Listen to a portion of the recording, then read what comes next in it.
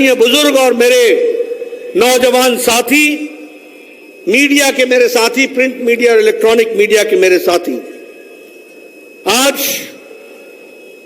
मेरे लिए बहुत ही सौभाग्य की बात है कि ये जो विजय संकल्प रैली, जिसे आप विजय संकल्प रैली बोलते हैं, इसमें मुझे आने का सौभाग्य मिला है और मैं आयोजकों को इसलिए बधाई देना चाहता हूं कि उन्होंने विजय संकल्प रैली की शुरुआत बराक वैली से किया है, जहां भारतीय जनता पार्टी की नींव है और भारतीय जनता पार्टी ने सबसे पहले अगर यश पकाया है तो वह यश हमें बराक वैली में आशीर्वाद के रूप में मिला है। इसलिए आप सबको कोटि कोटि धन्यवाद। हमें याद है 1991 जब हमारा काम धीरे धीरे भारतीय जनता पार्टी का बढ़ रहा था, उस समय अगर किसी ने आशीर्वाद दिया था और एक तरफा आशीर्वाद दिया था तो वो बराक वैली था, जहां से 9 जन विधायक बने और 2 जन सांसद बने। यह हमको ध्यान में रखना चाहिए। मित्रों, जब मैं असम में आया हूं तो मैं महान पुरुष संत श्रीमंत शंकर देव जी को, उनके शिष्य माधव देव जी को, हमारे अजान फकीर जी को जहां मैं नमन करता हूं, वहीं स्वतंत्रता सेनानी ताजी मैंड्रेन जी को, हमारे हेम बरुआ जी को नमन करता हूं और मैं याद करता हूं भूपेंद्र हजारिका जी को, हमारे जिन्होंने असम को एक पहचान देश में संस्कृति के दृष्टि से दी है। इन सबको मैं नमन करते हुए आगे बढ़ता हूं।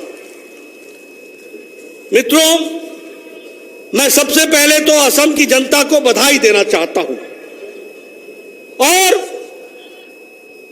असम की सरकार को, सर्बानंद सोनोवाल जी को, हेमंत बिश्व शर्मा जी को, हमारे रंजीत दास जी को, पार्टी को बधाई देना चाहता हूं कि उन्होंने भारतीय जनता पार्टी को यशस्वी बनाया है और आगे बढ़ाया है। इसके लिए मैं बधाई देना चाहता हूं। एक सरकार और पार्टी मिलकर, मुझे खुशी है आपसे चर्चा करते हुए कि 2016 में सरकार बनी और भारतीय जनता पार्टी, फिर चाहे लोकसभा का चुनाव था, फिर चाहे उपचुनाव विधानसभा का था, फिर चाहे जिला परिषद का चुनाव था, फिर चाहे टेरिटोरियल काउंसिल का चुनाव था, फिर चाहे वो बोडो टेरिटोरियल काउंसिल का चुनाव था, फिर चाहे वो टीवा टेरिटोरियल काउंसिल का चुनाव था, या फिर नगर पालिका का चुनाव और पंचायत का चुनाव था, सभी ने आप लोगों ने भारतीय जनता पार्टी को आशीर्वाद दिया और कमल खिलाया है। इसके लिए मैं आपको बधाई देना चाहता हूं। मित्रों, ये छोटी घटना नहीं है। 2016 में हम सरकार में आए, 10 में से 9 लोकसभा की सीटें जीती। ये छोटी घटना नहीं है कि कोई चुनाव 2021 आ गया। सारे देश में आपकी, अगर मैं पंचायत की बात करूं तो 50% से ज्यादा वोट आया है। अगर मैं दीमा हसाओ और करीबी एंगलोंग के ऑटोनोमस काउंसिल की बात करूं तो हमने चुनाव जीता है। हमने तीवा का ऑटोनोमस काउंसिल का चुनाव 36 में से 33 सीटें जीती है, ध्यान में रखना चाहिए। और उसी तरीके से चाहे वो रंगापारा का या सुनारी का चुनाव हो, सबके सब चुनाव हमने जीते। और खुशी की बात यह है कि यही तस्वीर देश की है। क्या जम्मू कश्मीर में लद्दाख, जम्मू कश्मीर के ऊपर लद्दाख, वहां का हिल काउंसिल का चुनाव हो, 26 सीटें में 16 सीटें भारतीय जनता पार्टी। अगर मैं जम्मू कश्मीर का चुनाव कहूं तो PDP, national conference of Congress, Gupkar, ये गुपकर के लोग सब इकट्ठा होकर के चुनाव लड़े सबसे सिंगल लार्जेस्ट पार्टी जीत करके आई तो भारतीय जनता पार्टी आई जम्मू कश्मीर में, यह हमको समझना चाहिए। और तीनों को मिला ले तो वोट शेयर में हम आगे आ गए। यह है जम्मू कश्मीर के लोगों का भारतीय जनता पार्टी को आशीर्वाद। क्या गुजरात, क्या नॉर्थ ईस्ट, क्या लद्दाख, क्या कर्नाटक, हर सीट भारतीय जनता पार्टी ने जीती है। अभी अभी चुनाव हुआ गुजरात में, 8 में से 8 सीटें भारतीय जनता पार्टी। अभी कर्नाटक में चुनाव हुआ, 2 सीटें थी, दोनों की दोनों भारतीय जनता पार्टी। तेलंगाना में एक कंस्टिट्यूएंसी थी दुबाका, उस दुबाका के ऊपर मुख्यमंत्री की कंस्टिट्यूएंसी, उस दुबाका के नीचे मुख्यमंत्री के बेटे की कंस्टिट्यूएंसी, उनके रिश्तेदारों की कंस्टिट्यूएंसी। वहां भी दुबाका में धमाका हो गया और बीजेपी जीत गई। यह परिस्थिति आकर के खड़ी। अगर हम बात करें मध्य प्रदेश, 28 में से 22 भारतीय जनता पार्टी। अगर हम उत्तर प्रदेश की बात करें तो 8 में से 7 सीटें भारतीय जनता पार्टी। और अगर हम बिहार की बात करें तो सबसे बड़ा स्ट्राइक रेट और सबसे ज्यादा सीट लाने वाली भारतीय जनता पार्टी। यह परिस्थिति आकर के खड़ी। अगर हम नॉर्थ ईस्ट की बात करें, मणिपुर में 5 में से 4 सीटें भारतीय जनता पार्टी। अगर हम अरुणाचल प्रदेश की बात करें तो 241 सीटों में 190 सीटें भारतीय जनता पार्टी अरुणाचल प्रदेश। और अगर मैं ईटानगर के म्युनिसिपल कमेटी कॉरपोरेशन की बात करूं तो भारतीय जनता पार्टी। अगर मैं पासीघाट के म्युनिसिपल कमेटी की बात करूं तो भारतीय जनता पार्टी। सारे देश में भारतीय जनता पार्टी कमल का निशान खिल रहा है। अभी राजस्थान के चुनाव हुए, कहते थे किसान का आंदोलन चल रहा है, चुनाव पंचायत के थे, किसानों ने एक तरफा आशीर्वाद राजस्थान में भारतीय जनता पार्टी को दिया। यह हमको ध्यान में रखना चाहिए। सिलवासा में चुनाव हुआ, वहां भी भारतीय जनता पार्टी। गोवा में चुनाव हुआ, भारतीय जनता पार्टी। 40 में से 30+ सीटें भारतीय जनता पार्टी लेकर के आ गई। इसलिए मित्रों, मोदी जी के नेतृत्व में टीम इंडिया, सारे बीजेपी एक साथ लगकर और सारे देश में मोदी जी को आशीर्वाद देने के लिए भारत की जनता आतुर है। इस बात को हमको समझना चाहिए। मित्रों, अगर मैं आसाम की बात करूं तो मैं आपको यह बताना चाहता हूं, आसाम की संस्कृति, असम की भाषा, अहम की भाषा,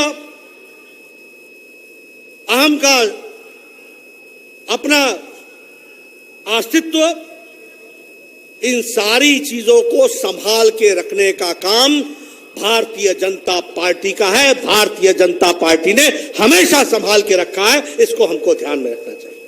अहम की संस्कृति, अहम की भाषा, ये सबको हमेशा अगर किसी ने तवज्जो दी है तो वो भारतीय जनता पार्टी ने दी है।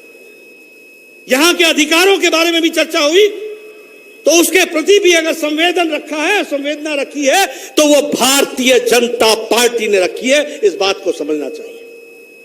ये असम का आंदोलन जब चल रहा था तो इसको देशव्यापी बनाने में सबसे पहले अगर किसी ने आवाज उठाई थी तो भारत रत्न श्रीमान अटल बिहारी वाजपेयी जी ने पार्लियामेंट के अंदर और पार्लियामेंट के बाहर आवाज उठाई। सारे देश में इस नारे को गुंजाया था, श्रीनगर हो या गुवाहाटी, अपना देश अपनी माटी। केरल हो या गुवाहाटी, अपना देश अपनी माटी। और असम आंदोलन के साथ सारे देश में भारतीय जनता पार्टी सदा सदा खड़ी रही। इसको हमको समझना चाहिए। असम की भाषा बहुत ही अच्छी भाषा और इसको संभाल करके रखने की जिम्मेवारी हम सब की है, जिसको हम लोगों ने किया है। और असम को देश में भी स्थान देने की बात आई तो वो हमेशा एनडीए की सरकार रही है। फिर चाहे वो भारत रत्न देना हो भूपेंद्र हजारिका जी को तो नरेंद्र मोदी जी की सरकार आती है। अगर हमारे लोकप्रिय गोपीनाथ बोरदोले जी को देना हो तो वो अटल जी की सरकार होती है जो भारत रत्न से सम्मानित करती है। इसलिए असम की संस्कृति, असम का नेतृत्व, असम के अस्तित्व को अगर किसी ने पहचाना और उसको देश में स्थान देने का काम किया है तो वो एनडीए की सरकारों ने किया है। बहुत शांति तरीके से लोगों का विकास के लिए हम काम करते रहे। यहां 6 कम्युनिटीज, 6 प्रजातियां जिनको हम लोगों ने एसटी का स्टेटस दिया, लेकिन एसटी के स्टेटस देने में किसी का हक नहीं छीना, उनका हक बरकरार रखते हुए इनको भी एसटी का स्टेटस दिया। फिर चाहे वो मोरन हो, मोटोक हो, कुछ राजवंशी हो, ताई अहोम हो या फिर आदिवासी टी ट्राइब्स के लोग हो। आपने कभी देखा कि कांग्रेस सरकार ने हिम्मत की? कभी इन लोगों के बारे में सोचा? कभी इस तरीके की बातचीत की? इसको रखने का काम अगर किया तो वो भारतीय जनता पार्टी की सरकार ने किया। बोडो आंदोलन पिछले 50 साल से चल रहा है। मैं सही बोल रहा हूं? 50 साल से चल रहा है कि नहीं चल रहा? क्या यह सच्चाई नहीं थी कि 4000 से ज्यादा जानें चली गई? लेकिन मुझे खुशी है कि बोडो अकॉर्ड के दृष्टि से सारे नेशनल डेमोक्रेटिक फ्रंट बोडोलैंड के लोगों ने अपने हथियार रख दिए और असम की जो टेरिटोरियल इंटीग्रिटी थी उसको भी, टेरिटोरियल इंटीग्रिटी को बचा करके बोडो अकॉर्ड करके उनको मुख्य धारा में लाने का काम किया और इसके साथ साथ 1500 करोड़ रुपए उनको बोडोलैंड के लोगों को ठीक से स्थापित करने के लिए देने का काम किया। अगर हम बात करें, हमारे पड़ोस की जगह है त्रिपुरा।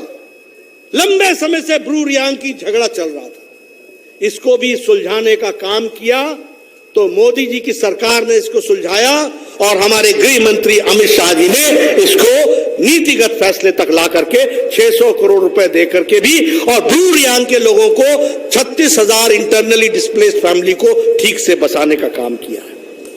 बॉर्डर का लैंड डिस्प्यूट, ये लैंड स्वैप, ये भी अगर हुआ, असम की जनता इससे दुखी थी। घुसपैठ के चांस थे।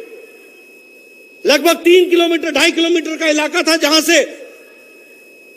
जहां रुकावट नहीं हो पाती थी, लेकिन जमीन का स्वैप करके इसको भी अमली जामा पहनाने का काम भारतीय जनता पार्टी की सरकार ने किया। स्मार्ट फेंस प्रोजेक्ट लगा करके असम की जनता को घुसपैठ से बचाने का काम, इसको भी भारतीय जनता पार्टी की सरकार ने किया है। और सबसे बड़ी बात यह है कि कांग्रेस के शासन में प्रोजेक्ट भी चलता था, काम भी चलता था, कभी खत्म नहीं होता था। दाम बढ़ा दिए जाते थे, एस्केलेट कर दिए जाते थे, लेकिन काम खत्म नहीं होता था। एनडीए की सरकार आई, मोदी जी की सरकार आई, 2016 में सर्बानंद सोनोवाल जी बैठे, भूपेन हजारिका जी का नाम पर बनने वाला सेतु उसको कंप्लीट का जो बोगीबील ब्रिज था वो भी कंप्लीट कर दिया गया। असम का जो गैस क्रैकर प्रोजेक्ट था उसका भी काम पूरा हो गया। ये बात हमको ध्यान में रखनी चाहिए। उत्तर यूपीए की सरकार में असम को 50,000 करोड़ मिला और बीजेपी एनडीए की सरकार में 3 लाख करोड़ रुपए विकास के लिए असम को मिला।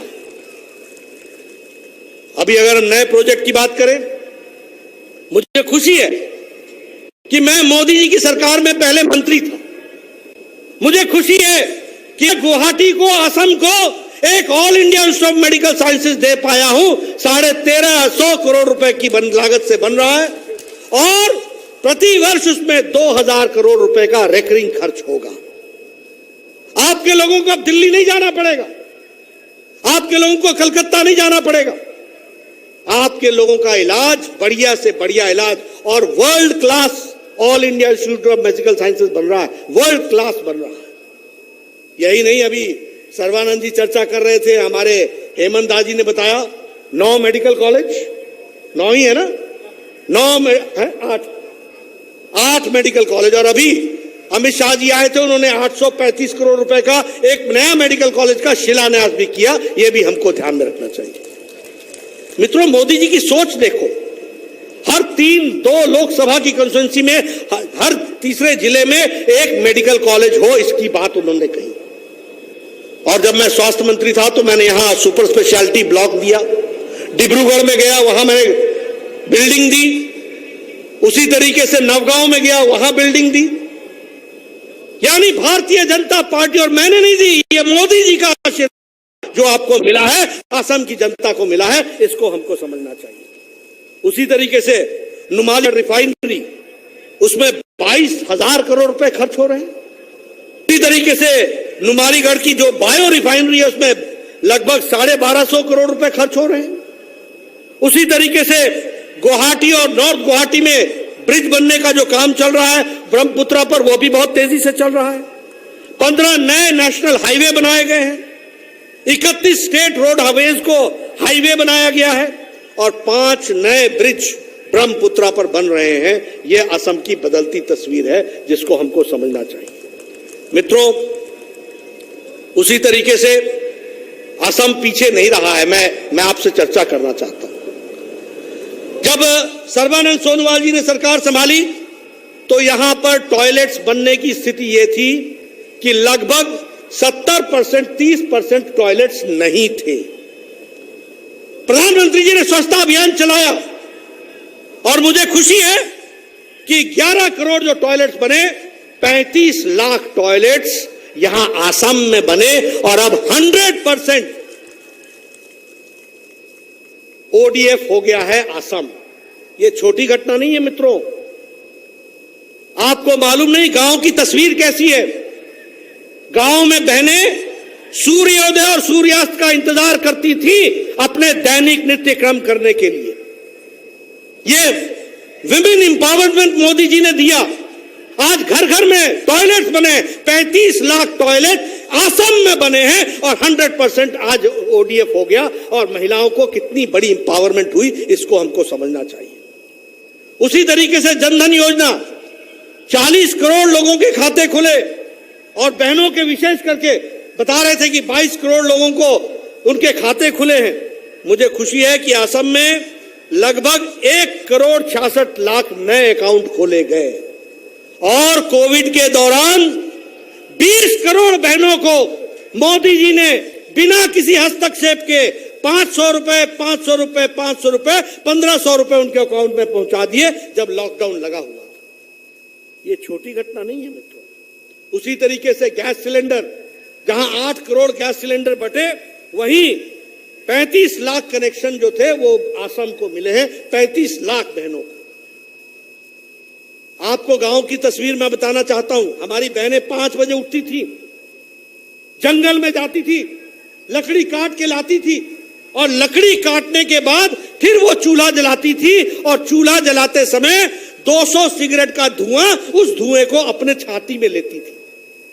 आज 35 लाख लोगों को मोदी जी ने गैस का मुफ्त कनेक्शन दे दिया। सुबह उठो, गैस ऑन करो, चाय बनाओ, घर के लिए खाना बनाओ, तैयार हो जाओ और काम में जुट जाओ। ये छोटी घटना नहीं है। अगर मैं बात करूं सौभाग्य योजना की, तो लगभग 2,60,00,000 नए बिजली के कनेक्शन दिए गए और यहां भरेगा, उसके 2 सप्ताह के अंदर उसको बिजली का कनेक्शन दे दिया जाएगा। यह परिस्थिति ला करके खड़ी की और इसीलिए 17 लाख लोगों को असम में भी बिजली का नया कनेक्शन मिला है। इसको हमको समझना चाहिए। मैं स्वास्थ्य मंत्री था, मुझे बहुत खुशी है कि मोदी जी ने यह जिम्मा मुझे दिया। आयुष्मान भारत का 12 करोड़ लोग और लगभग 10 करोड़ 74 लाख परिवार, लगभग 50 करोड़ लोग को मोदी जी ने आयुष्मान भारत में 5 लाख रुपए का सालाना हेल्थ कवर दिया है। सालाना 50 करोड़ लोग, भारत की 40% की आबादी, यानी सारा अमेरिका, सारा मेक्सिको और सारा कनाडा, ये सारी जनसंख्या मिला लें तो आयुष्मान भारत बनता है। यह परिस्थिति आकर के खड़ी हुई है। इतनी बड़ी काम किया और असम में भी लगभग 1,11,000 लोगों ने इसका लाभ उठा लिया है और 163 करोड़ रुपए आयुष्मान भारत में असम में खर्च हुए हैं। यह भी हमको ध्यान में रखना चाहिए। यह सारी घटनाएं सामने क्यों कह रहा हूं? मैं इसलिए कह रहा हूं कि आम आदमी को, कौन था आयुष्मान भारत में?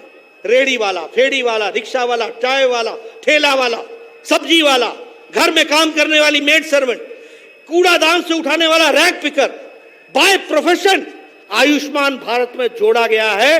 बाल काटने वाला बेचारा हमारा भाई, ऐसे लोगों को 5 लाख रुपए का सालाना हेल्थ कवर दिया। और मुझे खुशी है कि मुझे इसको इंप्लीमेंट करने का मौका मिला, आयुष्मान भारत का। आप लोगों ने भी, लगभग 1 करोड़ लोगों ने इसका लाभ उठाया है, इसके लिए मैं आपको बधाई देना चाहता हूं। मित्रों, अगर मैं बात करूं, अभी हेमंत बिश्व शर्मा जी कह रहे थे कि बहनों को 12 पास करने पर स्कूटी दी गई है। यह स्कूटी नहीं है, यह महिलाओं को इज्जत दी गई है, इसको हमको समझना चाहिए। यह उनको स्थान दिया गया है, यह सम्मान है। मुझे बताया गया कि लगभग कोई बड़ी संख्या में इकोनॉमिकली बैकवर्ड लोगों को, 2,17,000 लोगों को, बहनों को आपने साइकिल दी है। यह साइकिल नहीं है, यह हमारी बेटियों को, हमारी बहनों को पढ़ने के लिए एक सम्मान और इज्जत दी गई है। इसको हमको समझना चाहिए। यह है बदलता भारत मोदी जी के जमाने में, और यह है सर्बानंद सोनोवाल जी, डबल इंजन की सरकार। मोदी जी ने पैसा दिया, इन्होंने उसको आगे बढ़ाने का काम किया। इस बात को हमको ध्यान में रखना चाहिए। इसलिए मैं आप सबसे यह निवेदन भी करता हूं, अभी मुझे बताया गया यहां कांग्रेस के जमाने में लाखों लोग ऐसे थे जिनको पता ही नहीं था, उनकी जमीन होकर के वो जमीन के अधिकारी नहीं थे। ब्रह्मपुत्रा वैली और बराक वैली में पहले चरण में 1,10,000 लोगों को पता दिया गया है, और अभी दूसरे चरण में फिर से लगभग इतनी ही बड़ी संख्या को पट्टा दिया जाएगा, यानी उसको जमीन का अधिकार दिया जाएगा। मित्रों, उसी तरीके से अगर मैं बात करूं लॉ एंड ऑर्डर की, तो हमारे ध्यान में आता है कांग्रेस के जमाने में लगभग 2,298 ऐसे एक्सट्रीमिस्ट थे जिन लोगों ने सरेंडर किया।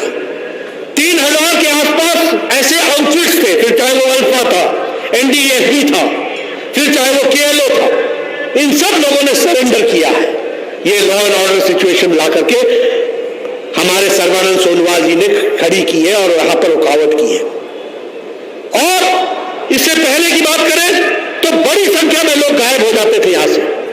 ह्यूमन ट्रैफिकिंग यहां पर रैंपेंट था, उसको भी रोकने का काम आप लोगों ने किया है। और मुझे खुशी है कि कोविड के दौरान असम ने बहुत अच्छा काम किया। आपका कम्युनिटी सर्विलेंस, मैं सर्बानंद सोनोवाल जी को और हेमंत बिश्व शर्मा जी को बधाई देना चाहता हूं। आज आपके यहां 0.047 फर्टिलिटी रेट है, इसके लिए आपको बधाई देना चाहता हूं कि आपने इतना अच्छा सर्विलेंस किया। कोरोना को सामने से लड़ करके आपने उसको रोकने का प्रयास किया है। उसी तरीके से फिर चाहे वो असम चाय बागान में धान पुष्कर मेला हो, फिर चाहे वो रीडिजाइन स्वामी विवेकानंद का यूथ एम्पावरमेंट मिशन हो, सारे कार्यक्रमों को आपने बहुत अच्छे तरीके से किया। और ऐतिहासिक जो आपने बोडो अकॉर्ड किया और यहां शांति लाई और असम की टेरिटोरियल इंटीग्रिटी बचाकर बोडोलैंड को स्थापित करने के लिए जो शांति लाई है, उसके लिए गृह मंत्री जी और प्रधानमंत्री जी जिन्होंने इसको पूरा आशीर्वाद दिया, और गृह मंत्री जी ने अक्षरशः किया, और यहां सर्बानंद सोनोवाल जी और बाकी लोगों ने उसको इंप्लीमेंट करके दिया। इसके लिए हम आपको बधाई देना चाहते हैं। मित्रों, मैं आपसे एक बात और निवेदन करना चाहता हूं। आत्मनिर्भर भारत में असम को आगे बढ़ना है। बैम्बू इंडस्ट्री यहां की बड़ी फेमस है, उसको आगे बढ़ाना है। वोकल फॉर लोकल हमको बनना है। टी इंडस्ट्री के दृष्टि से हमको आगे बढ़ना है। उसी तरीके से जूट में जो हम तीसरे नंबर के प्रोड्यूसर हैं, हमको उसमें भी आगे बढ़ना है। और उसी तरीके से पेट्रोलियम गैस में भी हम तीसरे पोजीशन पर हैं, उसको भी हमको आगे बढ़ाना है। इसको, इन कामों को हमको आगे लेना है। मित्रों, अगर मैं कांग्रेस की बात करूं तो 15 सालों में कांग्रेस ने क्या किया? लगभग 2,155 सिविलियन और 284 सिक्योरिटी पर्सन्स ने अपनी जानें गंवाई। ये कांग्रेस पार्टी के समय में हुआ। लगभग 1200 लोग किडनैप हुए, 51% लोग बिना बिजली के थे, और 56% बहनों जो थी वो बगैर टॉयलेट्स की थी। ये कांग्रेस का राज था, जिसको 100% करने का काम भारतीय जनता पार्टी के कार्यकर्ताओं ने किया, भारतीय जनता पार्टी के नेताओं ने किया, मोदी जी के आशीर्वाद से किया। मैं आपको एक बात बताने आया हूं, यह विजय संकल्प रैली है। इस विजय संकल्प रैली में हमने संकल्प लेना है, और मैं जो ये भीड़ देख रहा हूं, मैं जो ये उत्साह देख रहा हूं, मैं जो आपके मन में तड़प देख रहा हूं, आप इंतजार कर रहे हैं कि जैसे ही चुनाव आता है एक मौका और दो और भारतीय जनता पार्टी को आगे बढ़ाओ। इस बात को हम कहना चाहते हैं। BJP plus 100 plus, BJP plus 100 plus, हमको उस ओर आगे बढ़ना है। मुझे पूरा विश्वास है, आपका जो मैं उत्साह देख रहा हूं, मैं रास्ते में आ रहा था, लोग खड़े होकर के जिस प्रेम के साथ हाथ हिला रहे थे, मुझे हाथ हिलाने में ही कितना इलेक्ट्रिक है पता चल जाता है, कितना करंट है पता चल जाता है। ऐसे अगर हाथ हिले ना तो समझ जाओ टाटा हो रहा है, और जब ऐसे से हिले ना तो समझो करंट है। तो मैंने देखा करंट है, लोग जवाब दे रहे हैं, लोग मोदी जी को आशीर्वाद देना चाहते हैं, लोग भारतीय जनता पार्टी को फिर से सरकार बनाना चाहते हैं। मैं आपको बड़े विश्वास के साथ कहना चाहता हूं कि असम में भी हम दोबारा आएंगे, आपके आशीर्वाद से आएंगे, आपकी ताकत से आएंगे। विजय संकल्प रैली हमारी होगी। मैं पुनः हमारे टीम को, सर्बानंद सोनोवाल जी को, हेमंत बिस्वा शर्मा जी को, हमारे रंजीत दास जी को बधाई देना चाहता हूं। बहुत अच्छा काम इन्होंने किया है। सरकार और पार्टी ने मिलकर के चीजों को बहुत तेजी से आगे बढ़ाया है, और बदला हुआ आसाम मुझे दिखता है। मैं पहले भी आसाम घूमता था, 6-6 घंटे लग जाते थे सड़क पर, गड्ढे में सड़क या सड़क में गड्ढा मालूम नहीं। आज फर्राटे से सारी सड़कें जिस तरीके से विकास हुआ है वह देखने वाली बात है। हेल्थ सेक्टर में, शिक्षा के क्षेत्र में, हर क्षेत्र में विकास हुआ है, और आम आदमी का जीवन आगे बढ़ने में सुचारू रूप से इस सरकार ने और पार्टी ने काम किया है। मैं सबको बधाई देता हुआ विजय संकल्प रैली में शुभकामनाएं देता हूं, और इस विश्वास के साथ कि जब मैं चुनाव के प्रचार में आऊंगा तो आपके हाथ उस इलेक्ट्रिक तरीके से हिलेंगे, और पूरी ताकत के साथ आप लोग पूरी ताकत लगाएंगे। इन्हीं शब्दों के साथ बहुत बहुत धन्यवाद। जय हम, जय हम, भारत माता की, भारत माता की, भारत माता की।